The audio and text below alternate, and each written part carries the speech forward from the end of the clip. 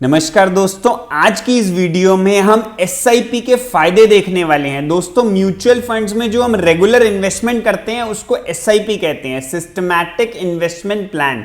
सबसे इसका पहला फायदा होता है डिसिप्लिन्ड इन्वेस्टमेंट। अगर हम एसआईपी करवाते हैं तो हर महीने या हर हफ्ते हमारे अकाउंट से विड्रॉल होता है और डायरेक्टली म्यूचुअल फंड्स में इन्वेस्टमेंट हो जाता है। अभी ये ऑटोमेटिक प्रोसेस होता है तो हम ज्यादा सोचते नहीं है और हमारी इन्वेस्टमेंट हो जाती है। अदरवाइज हमारे पास कई बार पैसा तो पड़ा होता है इन्वेस्ट करने के लिए, लेकिन हम सोचते रह जाते हैं कब इन्वेस्ट करें। शेयर मार्केट डाउन होगी तब इन्वेस्ट करेंगे और वो प्रैक्टिकली हो नहीं पाता। हम मार्केट को टाइमिंग करने की कोशिश करते हैं जो कि हो नहीं पाता। एसआईपी के थ्रू हमारा इन्वेस्टमेंट हो जाता है। और सेकेंडली, इसमें स्मॉल इन्वेस्टमेंट्स होते हैं। हम मंथली 10,000, 20,000, 50,000 जितना भी चाहें हम इन्वेस्ट कर सकते हैं। तो छोटे छोटे अमाउंट में हम इन्वेस्ट करके अपना कॉर्पस क्रिएट कर पाते हैं एसआईपी के थ्रू। थर्ड इसका बेनिफिट होता है रुपी कॉस्ट एवरेजिंग।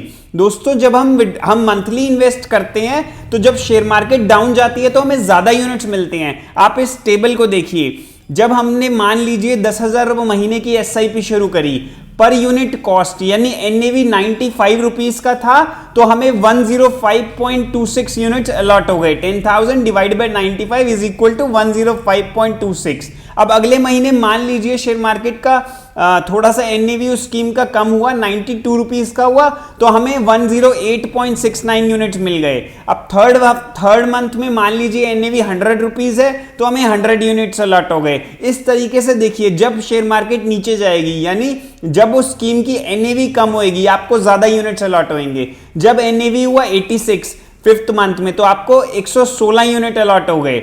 तो इस तरीके से मान लीजिए आपने 10,000 पर मंथ 6 मंथ्स में डिपॉजिट किया 60,000, तो टोटल आपके पास 629.34 यूनिट्स अलॉट हो गए। अगर एवरेज एनएवी देखूं, मान लीजिए जो स्कीम में हम इन्वेस्ट कर रहे हैं उसका एवरेज रेट देखें इन 6 महीने में तो वो था 95.66। अब देखते हैं हमारी कॉस्ट क्या बैठी। हमने डिपॉजिट किया 60,000 और टोटल हमें यूनिट्स अलॉट हुए 629.34। तो 60,000 को 629 से डिवाइड करें तो जो हमारी एवरेज बाइंग बैठी, एवरेज कॉस्ट बैठी, वो बैठी 95.33। तो देखिए जो एवरेज एनएवी है उससे भी कम हमारी कॉस्ट हो गई। तो इसे कहते हैं रुपी कॉस्ट एवरेजिंग। ये फायदा भी एसआईपी में हमें मिल जाता है। चौथा, अगर हम एसआईपी करते हैं तो हम अपने फाइनेंशियल गोल्स को अचीव कर सकते हैं। हम उस हिसाब से अपनी इन्वेस्टमेंट कर सकते हैं। मान लीजिए हमें अपनी रिटायरमेंट के लिए इन्वेस्ट करना है तो हम उस हिसाब से प्लान करके अपना एसआईपी में इन्वेस्ट कर सकते हैं। बच्चे की एजुकेशन या मैरिज के लिए भी हम अपना प्रोविजन इसके लिए इजीली इससे कर सकते हैं।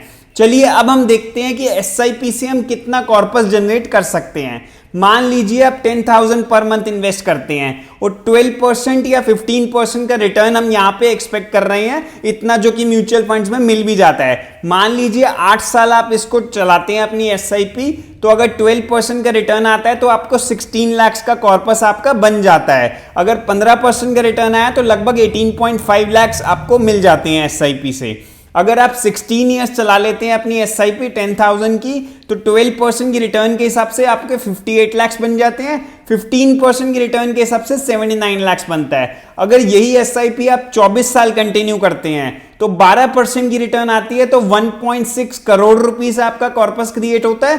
15% की रिटर्न आती है तो 2.8 करोड़ बनता है। अगर यही एसआईपी आप 32 ईयर्स कंटिन्यू करते हैं, 12% का रिटर्न आता है तो 4.5 करोड़, 15% का रिटर्न आता है तो आपके पास होंगे 9.4 करोड़। अगर 40 इयर्स तक आप इस एसआईपी को लगातार चला पाएंगे, 12% की रिटर्न आएगी 10,000 पर मंथ के हिसाब से तो 11.8 करोड़ रुपीस आपके पास होंगे। और अगर 15% की रिटर्न आई तो 31.4 करोड़ का कॉर्पस होगा। तो देखिए इस तरीके से आप अपने फाइनेंशियल गोल्स के हिसाब से आप अपनी एसआईपी कर सकते हैं और 12-15% की रिटर्न आप एक्सपेक्ट करिए जो कि लॉन्ग टर्म में आपको मिल भी जाएगी इजीली।